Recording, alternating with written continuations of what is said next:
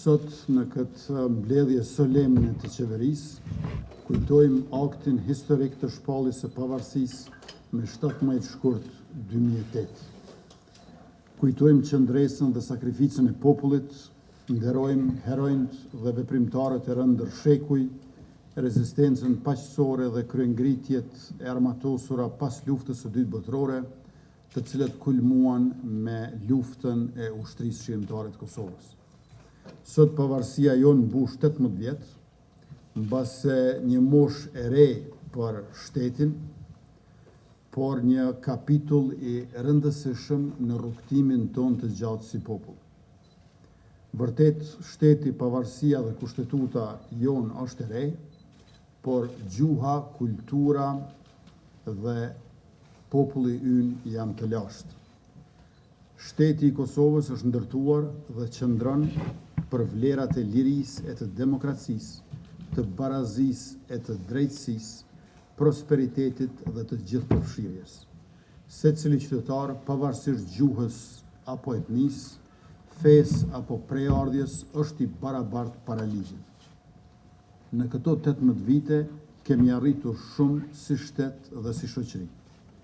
Nga ditët e para të njohjeve ndërkombëtare, e të cilat tani numërojnë 121 sosh, e deri te konsolidimi i institucioneve demokratike dhe sundimit të ligjit. Nga ndërtimi i një ekonomie të qëndrueshme e në rritje, te forcimi i ushtrisë sonë dhe i kapaciteteve mbrojtëse. Nga fitoret ndërkombëtare në sport, art e kulturë, te pjesëmarrja në forume botërore. Nga lëvizja e lirë pa viza, te hapet konkret drejt integrimit evropian, përfshirë aplikimin në Bashkimin Evropian dhe në Këshillin e Evropës, e të cilat janë arritje që na bëjnë krenar të gjithëve.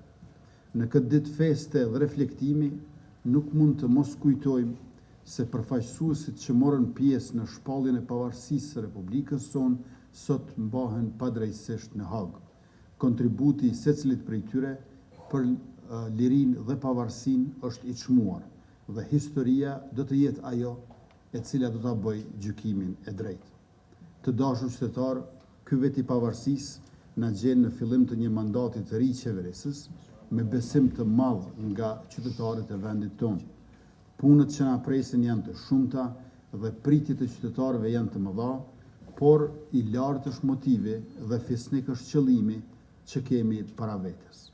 Për forcimin dhe zhvillimin e shtetit tonë, le të angazhohemi të gjithë bashkë me punë, dije dhe integritet. Mësues e student, mjek e punëtor, ushtar e polic, të rinjët moshuar, gra e burra, vajza e djem, që të gjithë duhet të japim maksimumin e kontributit tonë. Sepse këtë nga ne e presin brezat e shumë që u fliuan ndër shekuj, si dhe rinia dhe fëmijët e Kosovës, që ne të jemi të lirë e ta kemi shtetin tonë.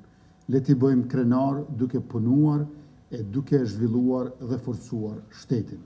Qeveria dhe ne si kabinet qeveritar jemi vetëm instrument në realizimin e këtij qëllimi të përbashkët. Gëzuar 17 shkurti, dita e pavarësisë së Republikës sonë. Lavdi e nderime të gjithë atyre që u sakrifikuan për lirinë dhe shtetin që sot gëzojnë. Ju falemnderit.